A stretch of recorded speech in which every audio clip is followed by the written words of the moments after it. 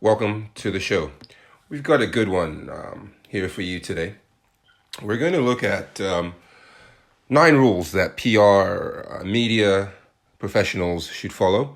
But I think it sort of applies to all of us. I think you'll be able to get something from it, regardless of what field you work in. But before we jump right in, please head to buymeacoffee.com/Samson King and support the channel. We'd really appreciate it. Buymeacoffee.com/Samson King. Thank you in advance. So, 9 rude habits you don't realize you're doing every day. Let's dive right in. So, most of us feel we make it through each day as upstanding citizens, picking up our trash, holding the door, and saying hello on the street are markers of a polite person. However, a playback reel could reveal something surprising and, to some, horrifying. We're all rude. That's right. We can be impolite sometimes, even when trying our best not to be. So it's good to sort of take a step back sometimes and do some self-reflection professionally, especially in the PR field where our jobs are very external facing. We're dealing with the press, with the media, with journalists, with executives, and things of that nature, with customers also.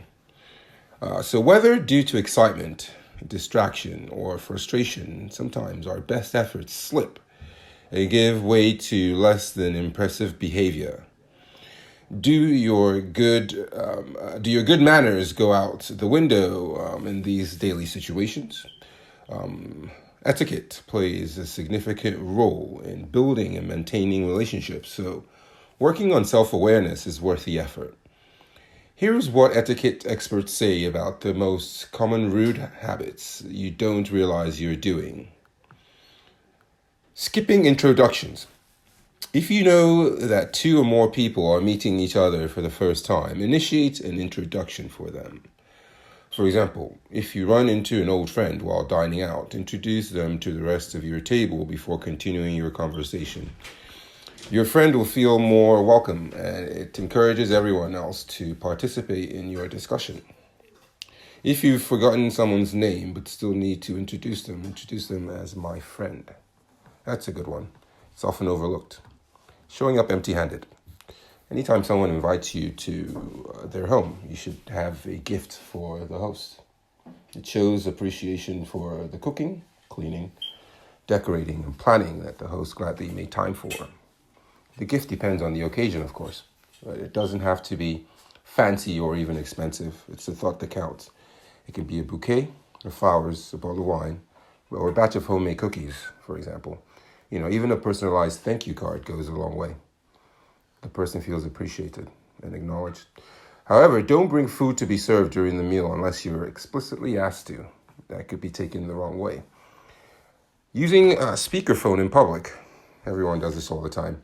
Just because you're enthralled in your conversation doesn't mean the entire room is. Whether in a waiting room, workplace, or home with other family members, keeping your call to yourself is polite. If you simply can't stand holding the phone to your ear, invest in some headphones. It'll go a long way. Texting while walking. We see this all the time on the streets, in malls, etc. Are you even living in the 21st century if you aren't guilty of this occasionally? We all are.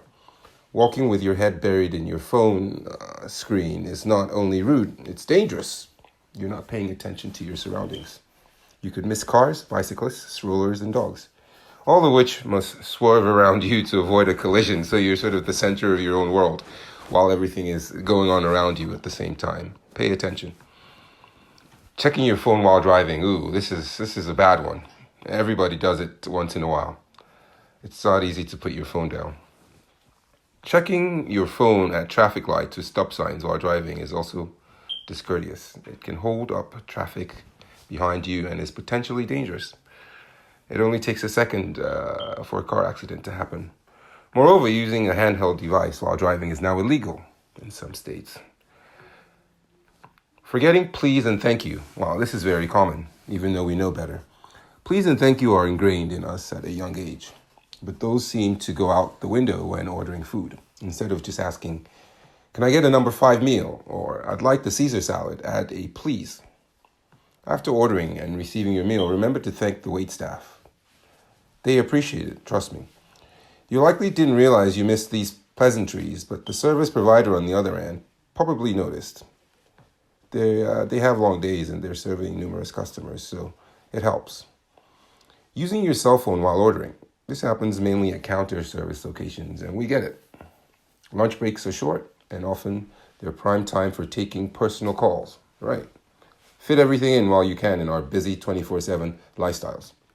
However, talking on the phone while ordering or paying for your food, or any counter for that matter, is rude. The cashier deserves your full attention, and you might accidentally hold up the line. If your phone rings while dining at a restaurant, excuse yourself from the table and take the call in the lobby or outside. Not tipping enough. I think some of us are guilty of this one. Tipping is undoubtedly confusing. When in doubt, tip at least 20% if somebody is preparing and serving your meal. For takeout, you might get away with tipping a little less because you aren't getting a dine-in service. But remember, restaurant workers count on these tips for their livelihood, especially in the US. Wearing too much perfume or cologne. Some individuals are sensitive to certain smells, and sitting next to someone doused in half a bottle of perfume or cologne can be downright painful. It can trigger a migraine, itchy eyes, nausea, and other unpleasant symptoms. Avoid causing any problems by wearing just a few dabs of a light daytime perfume or cologne, and save bolder scents for a night out. You will also save money by using less of your fragrance stash. That's all we have for you today. Hope you enjoyed this episode. Please like and subscribe, and kindly go to buymeacoffee.com/Samson King. The link will be up in the description. Thanks for stopping by, and we'll see you next time.